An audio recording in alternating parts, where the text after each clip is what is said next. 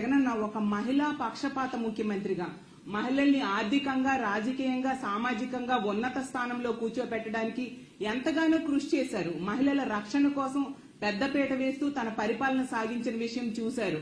కాబట్టి ఈ రాష్ట్రంలో ఉన్న మహిళలందరూ కూడా ఒక అన్నలా, ఒక తమ్ముళ్లా, ఒక కొడుకులా జగనన్నని భావించి జగనన్నని ప్రభుత్వాన్ని మళ్లీ కొనసాగించుకోవాలని బలంగా నమ్ముతూ ఈ రోజు ఓటేయడం జరిగింది. అసలు జగనన్న సునామీ సృష్టించబోతూ ఉన్నారు. ఒక ప్రభంజనం ఎలా ఉంటుందో దాన్ని జూన్ 4వ తేదీన జరిగే కౌంటింగ్ లో మనం చూడబోతూ ఉన్నాము.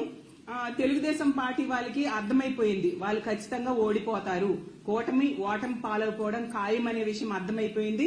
అసలు జూన్ 4న ఎన్నికలు ఫలితాలు ఎలా ఉంటాయంటే జగనన్న విజయాన్ని దేశం మొత్తం శబాష్ అనిపించేట్టుగా ఉంటుంది. ఖచ్చితంగా అంత చక్కగా ప్రజలు జగనన్నకి మద్దతు తెలియజేయడం జరిగింది. ఈ వీడియో కానీ మీకు నచ్చినట్లయితే లైక్, కామెంట్, షేర్ చేయండి. మరిన్ని అప్డేట్స్ కోసం సబ్స్క్రైబ్ చేయండి.